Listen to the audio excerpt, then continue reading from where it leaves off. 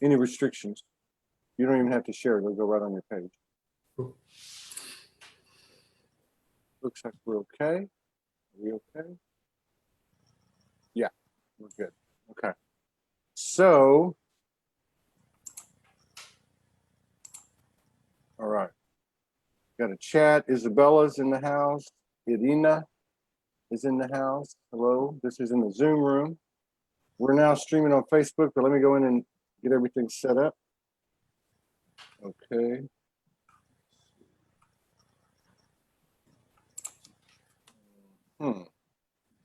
Oh yeah, I just remembered. You do a little poetry. Little oh yeah. Poetry slam. Yeah, we did one last time, didn't we? Improvisational one last time. Yeah, we had Hippie Ike on here, man. He's disappeared. Yeah, I hadn't seen him lately. Hello, Jania Gazda, Toy Ka, Mike Capo, Janie Hodges. Long time, hadn't seen you in a while, Janie. Good to see you back. Chaz Hargreaves, Connie Ma, Mary Cooper, who's always here, Monica Ramirez, Irina Costa, Glenn Ray's here, down in New Zealand, Neil Devaney, Stephen Michael Jones, Savage Norway, Andrew Rawlings, Georgina Mann. Thank you for the messages, Georgina. Sirpa, Tuominen, and Amir Beth, our island sister here on Kauai. Let me just share this to the network and we'll get started. Hello, Sonia Sandoval. We've got people, each show, more and more people from all over the world, man. It's amazing. It's amazing. All right, we'll share it to our affiliated groups. Here's another one. There's another one. There, yeah. I'm glad we got this worked out after a couple of false starts. On my end. I think it was on my end. It doesn't matter. We're on this together, right? Okay. Okay, a few more. Let's see what we got. Maria Iverson from Sweden. And by the way, she had a question last night. Are these shows on YouTube? Yes. Michael Van Patten, who's part of the Soulogy team, he uploads them, but he just came back from Europe. So I'm not sure if he started loading them up again. We may be 10 shows behind, but they'll be back up there. They're usually done the same day. Marilyn Coons, Britta Junker, Belinda Frank, Deborah Nova, Linda Scott. Where you been, Linda? She says, Andy, yo. Sally Love, Loretta Shaw Duncan. All right. Lovely seeing Andy blossom, Linda Scott. 45 people in the house. If these shows resonate with you, please share. We really would appreciate it. And also, I just want to say thank you for all the love and support contributions that allow us to do what we do and expand what we do. So, you know, I have been blessed to be a witness of $11.11, $7.77, $9.99, the multiplicity, the power and volume of numbers of souls and energy, as opposed to, you know, the old method, you know, which is a big reason we're in the system we're in, where large monetary donations control the narrative. So we're here to change that, and we're here to do that with folks like Andy Horry, who's been on the show before. We've had some fun, and I just I remember the reason I scheduled the show because I read something that you wrote. But let me just welcome you back to SoulSpeaks 5D. Thank you for sharing space with us and honor us with your presence, Andy. Yeah, it's a pleasure to be back. I saw this post you did. It's probably been 2 months, and it really caught my eye. I like your stuff. I don't read a lot of stuff, but I like what you're bold, and I love that. On a personal level, just my opinion, but you're bold. You're not afraid to put it out there, and you're taking some bold steps, going out there and doing what you're doing. In terms of lack of a better word, vocation. At your age, I mean, you're just saying, fuck it. You know what? I am this and I'm going to be that, period. You had this post and you started the post out. I think it was a picture of you and your gal. And and you said, if I'm in a relationship and I see the other person or myself as a victim, then blah, blah, blah. And it wasn't blah, blah, blah. It was like, it was astute. It was on the money. I don't remember all the details of it, but let's start with that. Can you go back in the time and go back to that moment when you wrote that and expand on that first sentence? Yeah, so I think, I'm trying to recall what it was, but I know that I do mention the victim a lot in terms of we can fall into that archetype. It's kind of like a voice talking to you. It's like the thoughts that come with that archetype, and then because then there's some limiting archetypes that we can fall into, and of fear, and then there's the power ones. That's obviously part of empowerment. So I think I was talking about the victim there. When if you're seeing your partner as a victim or yourself as a victim, then you're treating them in a way like they are one, but they're not, and you're actually just living in this delusion, and it's not good for you or them to treat them like a victim. And even though they might want you to treat them like a victim in a way because they're used to it, they're comfortable with it. They don't really want you to do that. It's just this comfortable. They're comfortable with being uncomfortable. So you've got to be have tough love with them when they sort of ask you to treat them like a victim, even though they don't know they're consciously doing it. So I think that's what I was trying to get across there. Yeah, isn't that amazing though? Isn't it amazing that we're all being asked to step into this unknown, and each one of us on an individual level, and some of us as couples, still individual, but also as a couple, which is another topic. But we're asked to step into the unknown. We step into the unknown. We get this reciprocation. Sometimes it's an avalanche of energetic code and information and expanded abilities and skills and that type of thing. And it's freaking mind blowing. And so it makes us uncomfortable. And we have had this reactive thing where we want to step right back into what we already know, which made us uncomfortable too. So it's like, which level of discomfort do you want to be in? The one that you don't know anything about, or the one that you know everything about? Interesting. Yeah, I think we can't live our lives though with full understanding. We have to have some kind of level of ununderstanding or unknowing to be able to live a life that's with fulfillment, because it has to be unknown. It can't be known. It's like that's what we've got. The basic human needs. One of them is certainty, but another one is uncertainty. So it's like this paradox that we need to some kind of certainty, but we can't have everything certain and known, because then we don't want to live, because we don't have any purpose, or like it's not exciting. It's like we know what's going to happen before we do it. Then I just have a personal curiosity. Your clients, do you have many clients that are much older than you, or are you working with mostly young people? Yeah, it's a mix really, yeah, of people that are in the 30s or 50s as well. So it can be a mix as well. So, but I think I do tend to, it's the sort of people I attract to introverts as well. So people that are introverted, that are getting used to being able to sell themselves, or in a way of getting across their value and things like that, and setting new standards and letting go of the people pleaser and becoming more empowered. Yeah.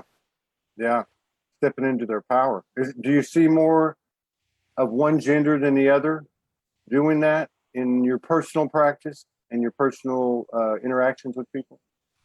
Yeah, I think it seems to be more. It's generally more women, I think, at the moment. So yeah. I think it does fluctuate, but yeah, generally a lot more women. I think that's the kind of thing that seems to be coming. I think in the spiritual space as well, it's kind of more. There's a lot more women, I think, in it. Yeah, I think we all are aware of that, and I've talked about this statistic a lot over the years. when Soulogy started in 2012, it was about 75-25% women to men. Now I want to say it's around 63%, 37. But I was telling Morgan, I was looking at the metrics, the analytics on YouTube, which we haven't really been that active in until January. But we've put up a lot of videos, a lot of the shows, all the shows we've done since the first of the year, and even before that. And I was looking at the analytics, and I was really kind of disappointed, but I got over that. And then I realized how much work we have to do. And what it was 95% of the viewed minutes on the shows that we've done, which if you just take from the first of the year, has to be probably 400. What month is this? 8 and 4 months? Yeah, probably 400. 95% were women, 5% were men. And that really disappointed me. I thought, whoa, I thought it would have been at least 80-20 or 75-25. But it just, to me, what it told me is it's one thing to be in a light worker community or group or whatever, but it's another thing to actively pursue that information, that frequency, the code, and the data. So it tells me that maybe, which we already know, that the women are a lot more clued in and have been for a lot longer. And I don't think it's going to take. I don't think it's going to take as long for the men to come to terms or to engage it. I think it'll happen kind of rapidly, but we got a lot of work to do. You know? I think it's because of the nature of the femininity. I think it's naturally moves towards that more because it's less directed, it's more sporadic and spontaneous, like a dance. But with the masculine, it's more of an A to B kind of, let's get it done, let's just do it without thinking too much or without sort of thinking about the specifics or the sort of nuances. There's not much nuance when you're with the masculine, it's more just like kind of get in there and bang it out and be done with it. And then the feminine, it's like, well, dance around. It's like slow down, let's dance first. Yeah, and it's like just enjoy the moment is more feminine, I guess, which is this kind of messages you get. But then what's also I've realized on the path, the spiritual path, is that it seems like being is emphasized a lot, but then you've got to remember the striving and thriving as well is a big part of it as well. You can't just be being all the time and not taking any action either. You've got to still balance the two because you can get stuck in that, which I did for a bit, and then realized I was in this trap of just thinking that you could just be and kind of become passive when it's not, you're not doing the work when you become passive like that either. Yeah, that's a good point. And maybe something in the makeup of our paths, our two unique paths, male and female, has some, maybe that has something to do with it. But you're right, that there is that people have talked about it. Male or female, people become awakened. It's a lot of fluffy love and light. Very few people. That pulled in a lot more people than, hey, as in the stuff that I wrote when I came out, and many other people, was from darkness. More importantly, there was a lot of people, particularly women, talking about doing shadow work, which I didn't understand. And I was with a practitioner 20 years, for the last 3. And I never really could understand that, embodying stuff, the shadow work, the value of it and all that. And maybe that's the difference. Maybe the masculine energy in general has to start doing.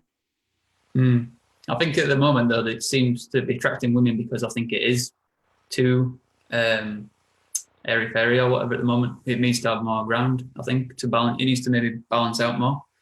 So you can feel both essences. I guess I think a good example of somebody that embodies the masculine more as a spiritual teacher is Osho.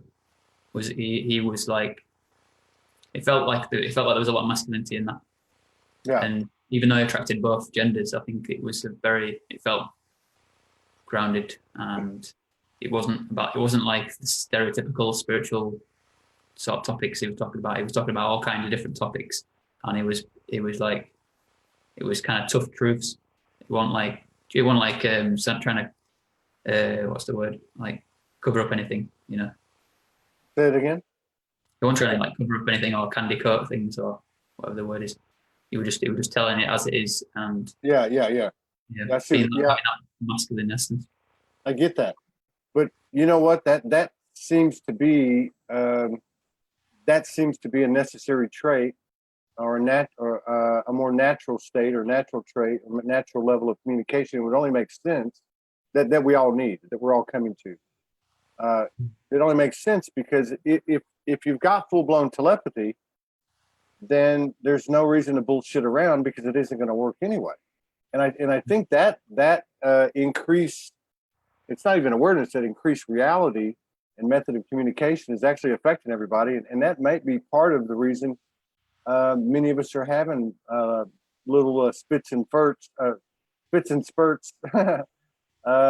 at times, because we are reading each other's mind, and we do know when somebody's bullshitting us, and we do know when we're bullshitting ourselves, and that type of Mm-hmm. That's true. I think that happens when you hear somebody that uncovers your bullshit in some way, and you realize they don't do it directly, but they say it. They say, like, they'll destruct, or like destruct a idea that you held quite closely, but then you realize that it's nonsense, and you're like, oh my god, I took that so seriously, and now I realize it was nonsense. It's kind of like that. Yeah. The your fellow countrywoman, Linda Scott, she sums it up. Maybe what we're trying to say. It says, once a man surrenders to his feminine, he lets the feminine lead him to his own vulnerability, which is then the utmost strength and divine wisdom. Yeah, that's it. Pretty good. I actually was talking to somebody on a podcast, actually. It's called the She Alchemy podcast, and we were talking about masculinity, and I was talking about this as well, like saying that they both support each other. So if you're a man and you embrace your femininity, you're going to end up going back to your masculinity and strengthening that, because whichever way you go, it comes back around. It's like a loop. So I think that's what I'm going to say there, which I agree with. I got to ask you too. Somebody wants to know if you're from England. Obviously you are. But are you in the London area? No, I'm in the north, in Leeds. Okay. Oh, that's right. But I got to ask you, and I know I may have asked you on one of the other shows, but how did you come into your awareness? I mean, not like, all the details, but I'm just curious.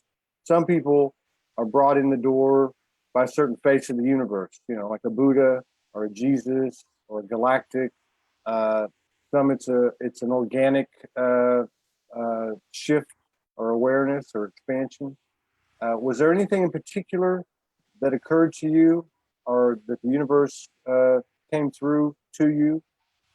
I think that things manifested physically. I think for me to get into that direction of it was always through creative arts and expressing myself, which led to being more introspective, and being an introvert as well was what made me be interested in things that were deep concepts and things like that. So I would think about things in my own time, and just wonder about things, and then just like spend loads of time sort of learning about something that I'm really interested in, instead of socializing loads like some people, like an extrovert, would do. I would be more somebody that would listen to music a lot and learn and do drawing and just do things on my own. So I think that was kind of what got me into the spiritual thing. It was natural in a way, because I was already doing so much stuff on my own and discovering and expressing myself.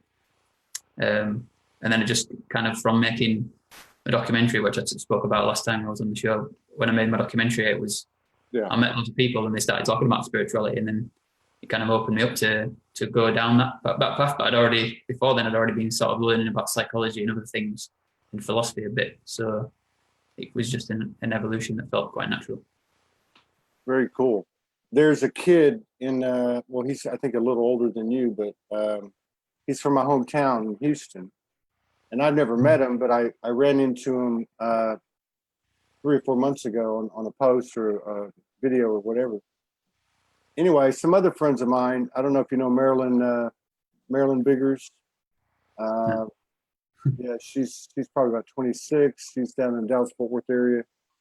She's friends with him, but some other people are connected to him, as we find when we make friends with people. They've got connections that we've connected with. But anyway, he wrote something, I think it was yesterday, and it's along the lines, and it reminded me of you, actually. He's very connected to the galactic.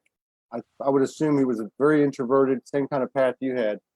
He says, he's speaking in his Houston vernacular, and I love it. He says, I done told y'all 2019 would be a year of new music and rebirth, filled with sound therapy, healing, and DNA activations by yours truly and my divine teams. Humans are taking back their creative abilities and their ability to create beautiful works of art. Right now, we're working with EDM artists, producers, vocalists, songwriters, etherically, and in the astral realms, especially in Dreamtime. Baphomet and the old powers of the Illuminati, deep state cabal ain't got nothing on us. This is just the beginning of a new Earth area. We are the new Earth area celestials and guardians you best recognize and come correct. There's something in that post and that is the same frequency of what you're talking about and actually answers my question to me about what I just asked you, and that you came through the creative process connecting to that infinite genius and the expressions and the things that are brought to you. That was your form of communication, where some people might have Mother Mary come in, or Buddha come in, or whatever. You actually have been on this path through the introspection, the self-introspection, and expansion of your creative ability, right? In unison with the universe. I broke up there for a moment, but I'm back. So I just heard a little bit at the end there. So, and in regard to your your documentary, is that available on the view? Yeah, it's on YouTube. It's so it's called British Black Metal: The Extreme Underground, and it's got like over 100,000 views now. So if you just put British Black Metal in, it'll come up. So you don't need to necessarily put the whole title in. Yeah. And I don't want to get too personal. I don't know, and just answer whatever you want to answer and pass over anything else. That post that I was referring to, you had a lady friend there. Has that been part of your expansion? Yeah, definitely. Yeah, I mean, I think having somebody where you can open up and be vulnerable with is a really good space to be able to grow more and learn about yourself and learn about somebody else. And I think one thing I learned as well from being with her is when I can help her, it helps me just by doing the experience of helping somebody and learning how I can be of use and be of value creates value in itself. Just doing that task of helping someone in having that intention and having some awareness around the topic of like, I know how to help you here, and having that awareness. When you've got something that you're good at and you do it, it increases your awareness. So yeah, it's been really good to be in a relationship where we feel this connection, where we can be vulnerable with each other and share anything with each other. Do you guys have mutual divine communication or episodes, or you meditate together? Do you anything like that? We have done a bit of meditation together, yeah, but not a massive amount. She doesn't meditate as much as I'm into the meditation, but she's definitely very intuitive. And how we first met, actually, she actually came up to me and spoke to me, and we started going out after that and reaching out on Facebook. Basically, is how we met up. That's the new divine feminine, isn't it? Yeah, I guess. So, and do you and just coming from your standpoint as a male incarnation, I mean, are you picking up? Because she's pretty young too, isn't she? I mean, she's pretty. Yeah. I mean, are you picking up messages, communication, whatever, data, conscious code from that feminine incarnation that you're connected to? No, I'm not sure necessarily in terms of understanding it so much, but feeling, I guess, the feeling and the vibration of it. Yeah, you definitely experience that. Yeah, that seems to be prevalent with the younger people. There's less rhetoric, and there's just the operating system is feeling, and the energy of the energy of it all. It sounds like that's where you're coming from.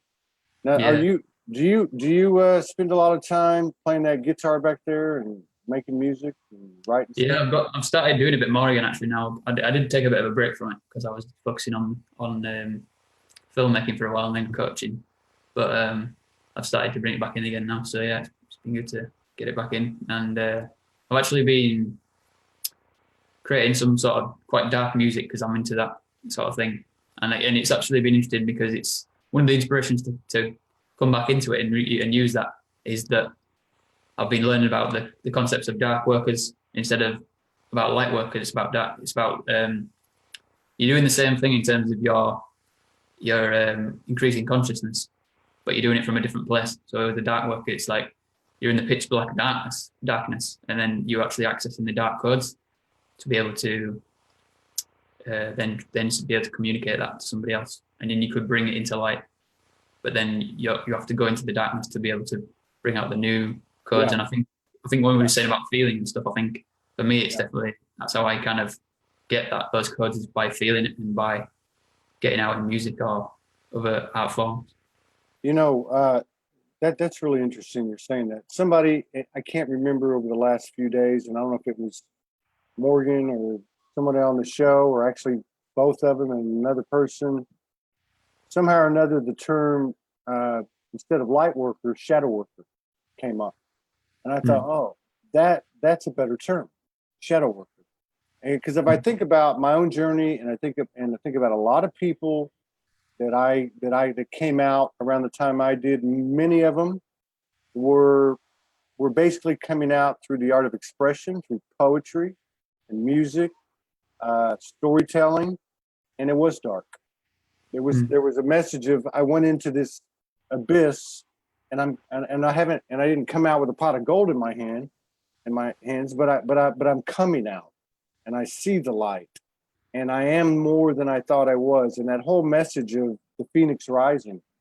I don't know if you've heard of the artist Truth Seeker. He's a he's a commentator. He does some rap stuff. He does some real interesting, kind of like music videos like I used to do. But they're coming from that younger, I claim the dark as well frequency.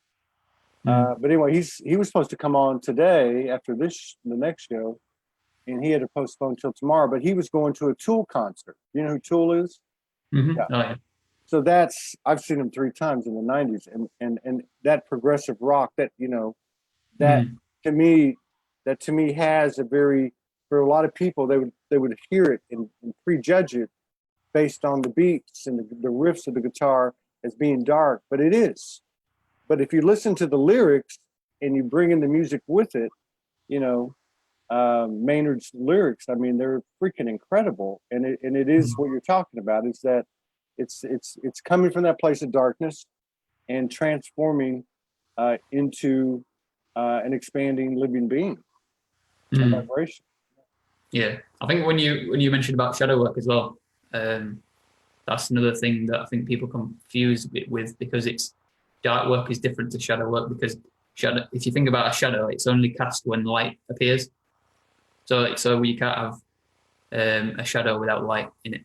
But then with darkness, it's just without any light. So it's just without any. You can't have a shadow. It's just complete darkness. So when you're in the dark, it's different to working with shadow. And shadows like secondary after it. Well, there is no shadow when you're in the dark, is it? I mean, if you look at the good book, the good book didn't say "let there be dark"; it said "let there be light," which means it had to be dark in order to be light, right? Yep, that's it. That's why in terms of time, it's like if you look at it in a place of time, then darkness has to be first before light. So it's like we do emphasize light a lot, but without dark, there's no light at all. So yeah, I know. In the first part of my journey, a lot of the stuff I wrote, I referred to the 2 genders of the Godhead, the mother and the father, and I didn't do it. I just did it in the creative flow. I would refer to her as the holy darkness. It was the mother, and that's what I would always think. It was those words, and I guess it's the Bible. I don't know. Genesis, let there be light, and I would think to myself, well, creation is obviously, a feminine can birth, a male can't birth. So therefore there had to be, what birthed the light, and I always remember those words, let there be light. Why would that be said if there was already light? How could you make light? If the light's there, you turn on the light, what, the light's, you're going to make more light? No. So yeah, I Still give the it. chicken and egg thing, really. It's like which comes first, the chicken or the egg, and it's like with the masculine and feminine, it's like the masculine provides the the sperm for the egg, and then the feminine produces the baby. So it's like which one comes first, really? Yeah. No, yeah. No, I had an experience about 3 or 4 weeks ago out at this little park over here, and it was four elements which were set up different ways, but it was north, south, east, and west. And I haven't written anything. I haven't written any creative soul speak or poetry, whatever, in quite a while. And I thought this is something I'm gonna use this experience to do it. But basically, it was kind of like a revelation or an epiphany or communion, and it was basically showing what you're talking about. Because I was at this place where what came first, the chicken or the egg? And then it just kind of showed me this really like a womb. It was represented by all these trees and this one phalanx coming out of it. And at that point, I kind of understood that the sisters, the energy of the sisters born of the mother created the masculine, and then the whole thing just went from there. But I still came out of it as we have since we were, since we were little and we first started to wonder who made God, kind of thing, So I think that's that same unknown and uncertainty that you talked about at the top of the show. You always have to have that. Yeah. It's never going to go away, No, and I think the only way you can explain it, I think, is that it exists without time. So it was always there. So we can't really understand it fully in the human sense. Yeah. That's probably as close as we can get. Have you written anything recently that you want to share? Not been as much lately over the past week or a few weeks, because I think that's what happens sometimes is that your intuition doesn't always. Sometimes it'll give you a break. I guess is what my experience is like. Okay, it's not the time now. Maybe it's more in time for introspection and evaluation or something, or like just observation of something that's coming. And I think at the moment there's a bit of delay, a bit of a pause. And this what you're referring to is dark music, which you're making a clear. It's clearly a different than shadow when you're using the term dark. It's about embracing what's already in you, which is darkness, and it's actually one of the things that, because I'm learning a lot from this woman called Lorna Johnson at the moment, and she talks about, there's a video that she's talked about the hero's journey, with Joseph Campbell. Yeah. And in the story, it's about going out and then you fight the monster. Yeah. And then you go back to the tribe. But then you don't fit into the tribe after you go back to the tribe, because it's like you've done this big thing that sets you apart now. It's like no one else has conquered a beast like that. Then you feel quite a big difference from the rest. And she said that it's because you become the monster as well, but it's not in a way that's negative. It's in a way that you become the monster to challenge them to fight you, and then become a stronger version of themselves. So then that's like the same with Darkwork. Is you're doing this thing that seems like it's negative, but it's not. It's just that's the nature of it. Is that it seems ugly or not desirable, but then it's actually beautiful in its own way. Yeah, exactly. Yeah, I love him. I used to read him a lot. You ever read that book, The Power of Myth? Oh no, I'll have to check that one out. Yeah, that's probably I think that is recognized as his, because it's kind of a compilation, but it's Power of Myth.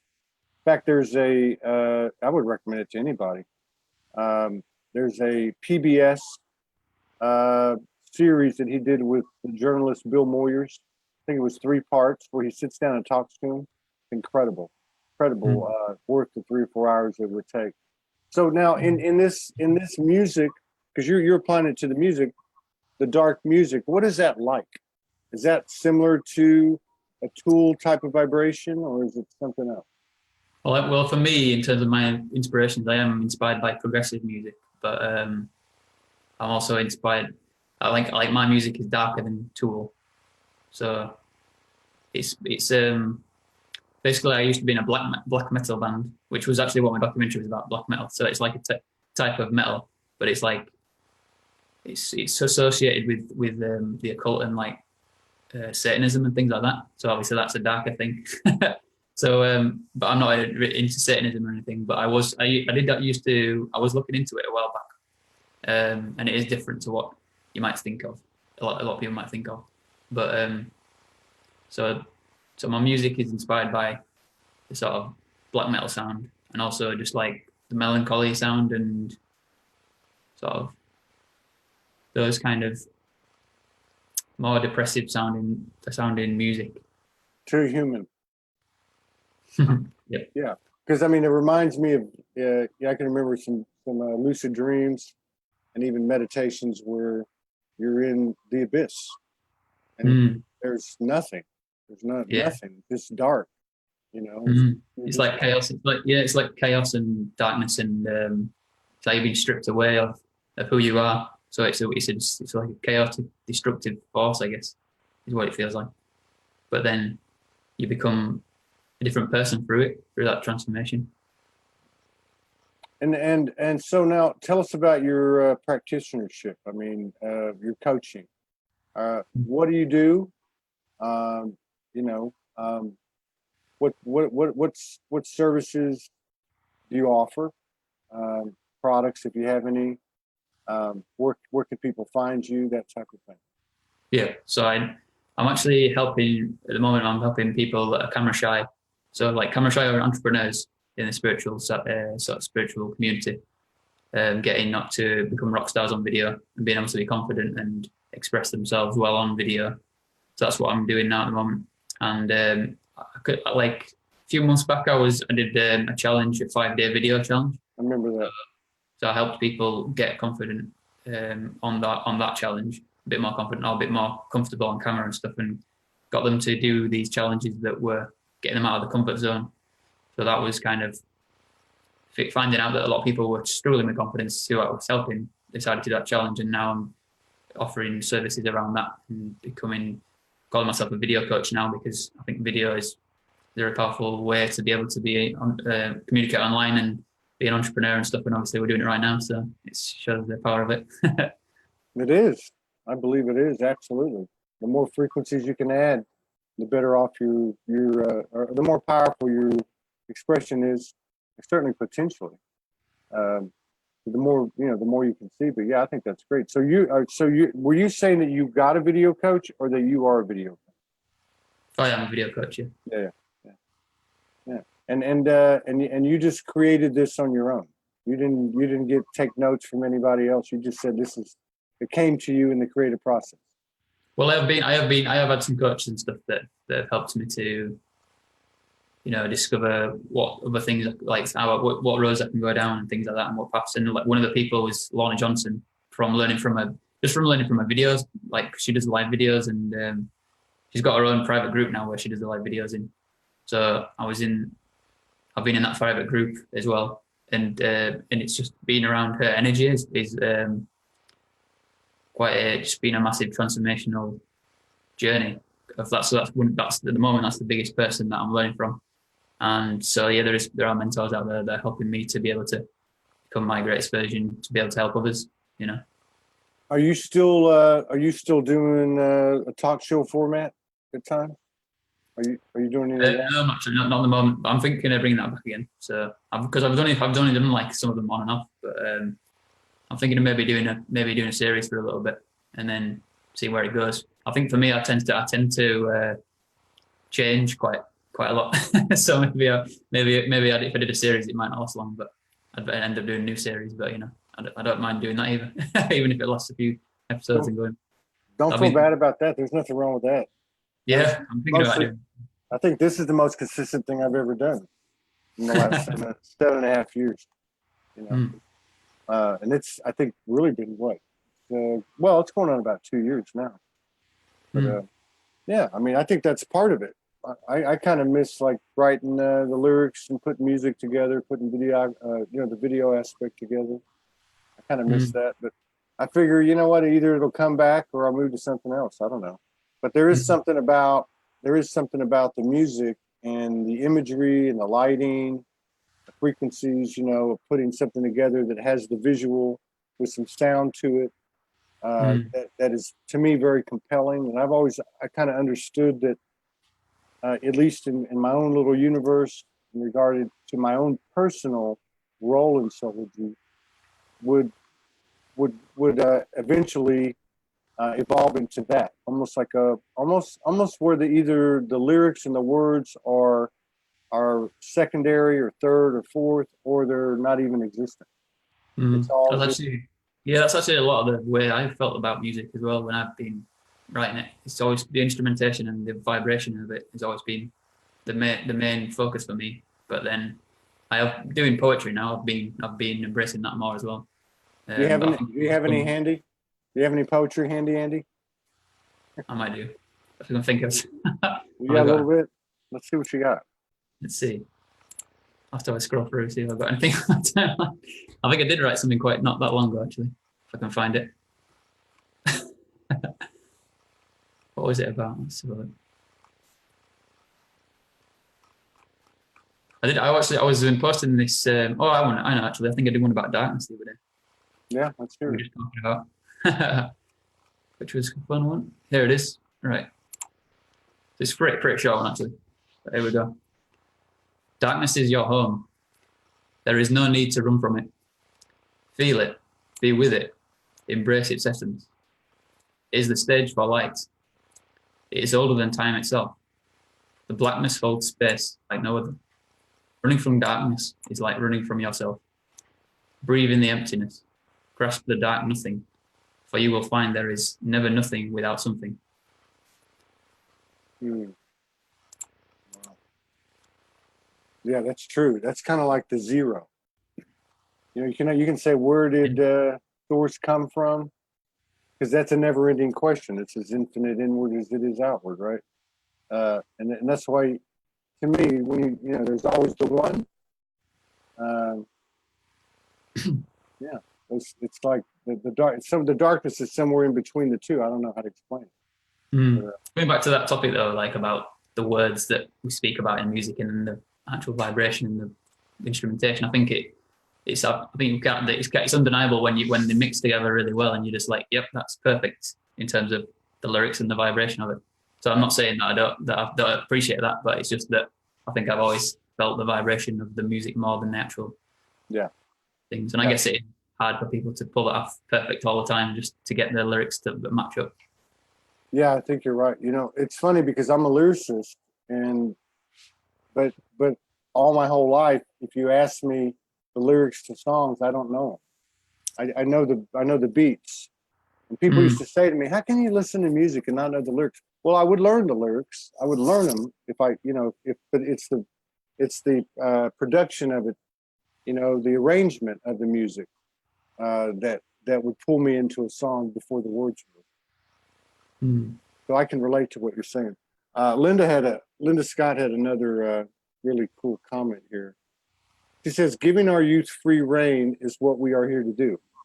They are our future peacekeepers, and we must give them trust, not cover their identities, free them, pull away the parental labels. That's why I was asking you. If some of your clients are, substantially older than you, like old people like me. But people in their 40s and 50s. I mean, you said you have some clients like that, right? Yeah, there are some. Yeah, definitely. There's definitely, like, especially in the challenge as well. There's been quite a broad, and it's like a big spectrum of different ages. How do they? What's it? I mean, what's that energy like when somebody, say my age, comes to you, or even in their 40s or 50s, twice your age, comes to you? Is there any of that psychological, oh, you're younger than me, you don't know shit going on? Yeah, there is. There's sometimes this depends on the person. Because some people are really open-minded and they don't even think of it at all. Like, there's no consideration of it. But then some people are kind of thinking like, oh, you've not got the experience, or you're not old enough to be able to do this. There's definitely been some people questioning that. And you're what, 23, 24? 24, yeah. So I'm curious again. So what was Andy? Who was Andy 4 years ago? What was he doing every day? So when I was 20, I was still in university, and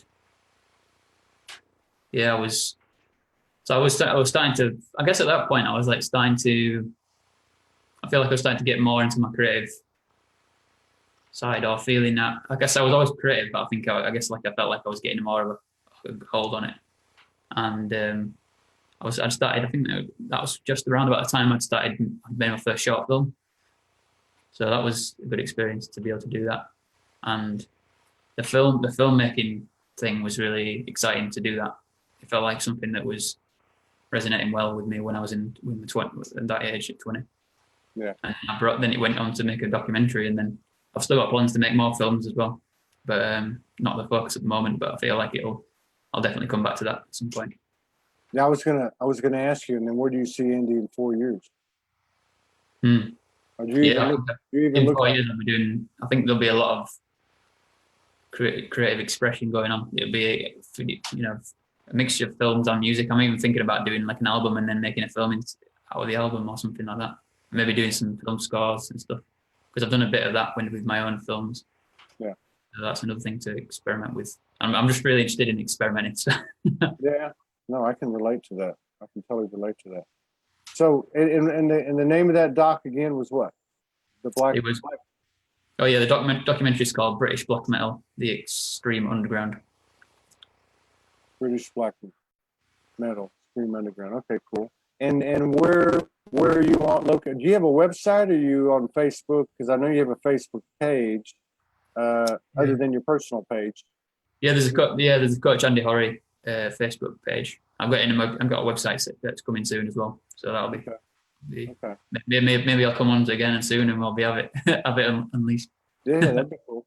And do you have anything coming up? Anything like you did with the challenges or anything like that? Do you have any groups forming or any courses or anything like that you wanna? Yeah, I've got a new group actually at the moment called Unleash Your Inner Lion. So that's a new group I've started, which is kind of feels more in the vibration that I'm going in the direction at the moment, which is more focusing more on the thriving rather than the being now, and I kind of trying to integrate them in some way. Yeah. So. Unleash your inner lion. Yeah, I felt actually was inspired by basically one of my friends he's got a gift that can read people's energy and feel and he can see different spirit animals and stuff like that and energies around you. And he realized that the lion was with me at the time. So then I realized that I resonated with that. I felt like, yeah, the presence of the lion felt in that time like it was something that keeps coming up for me to unleash that. So it's partly starting that group is for me to remind myself to unleash my inner lion, but also for other people as well. Right on. And I'm curious, how long have you been in this relationship with your lady? So it's been about 7 years now. Wow, 7 years. Yeah. That's that's twice as long as me and Morgan. That's longer than most people, actually. That's impressive. I don't know if you'd be open or she'd be open to the two of you coming on together. Yeah, I'll ask her about it. Maybe we could all learn a little something from you. 7 years is a long time, especially to be going through those formative years of early adulthood. I think your perspective would be enlightening and expansive for anybody. It'd have to be. We'd love to catch your chemistry and your energy, your combined energy together. So talk to her about it. Think about it. Yeah, sure. No rush, no worries, no pressure. But man, I tell you what, that would be a powerful thing to see. Because I'm a big believer that, like you were talking about, always changing.